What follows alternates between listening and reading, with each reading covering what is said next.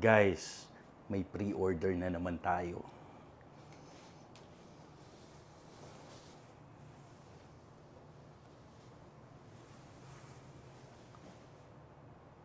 Wow! Parang totoong tao.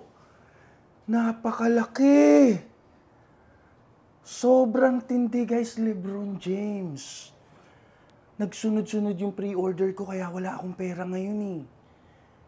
Wow!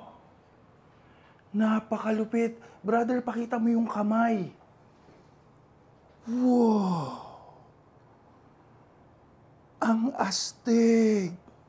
Guys, ito po ay gawa sa kahoy. Kaya kung mapapansin nyo, parang matigas yung mukha niya, di ba? Napakalupit nito. Ano rin to, guys? Articulated din to. Wow! Utaragis, napaka-tight. Ang lupit. Puta. Wow!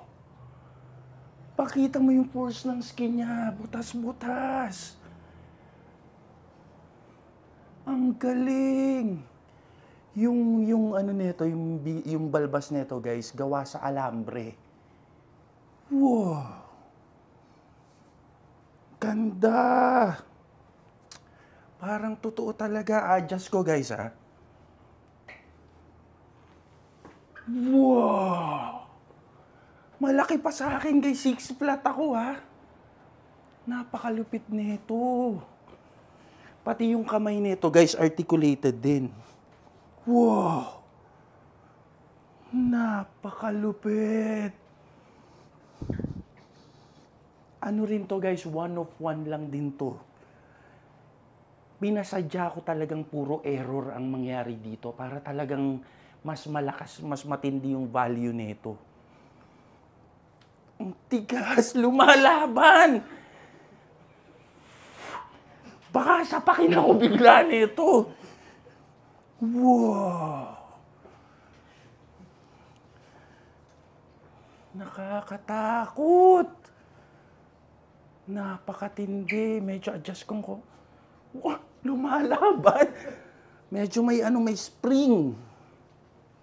Napakaganda nito, guys. Dito, pakita mo nga yung tattoo niya dito, brother. Pati yung pores ng skin niya. Oh, totoong tao. Napakagaling. Wow! Amazing. Medyo adjust ko, ha.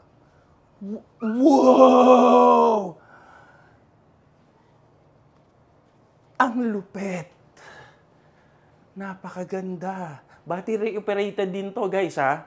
Kung mapapansin nyo, yung mukha niya, pag pinindot ko, makukuha niya yung yung make face ni sino ba to? Ni LeBron James.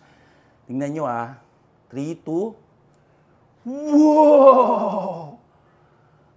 Ang ganda. Sa kabila, guys, ha. Pakita ko, ha. Yung 3, 2. Ayaw. Factory defect talaga. Napakagaling. Yan. Position niya. Wow. Wow. Medyo naglo-loose yung bewang niya. Ganon pagka-error yung pagkakagawa. Wow. Galing. Hindi ko alam kung saan ko di-display ito. Anyway, guys, makikita nyo to dito sa Entoys Promenade, Shopsville, Marquee Mall, upper level, entoys.com.ph. Guys, hindi to. Pasyal kayo. I love you all. Bye-bye.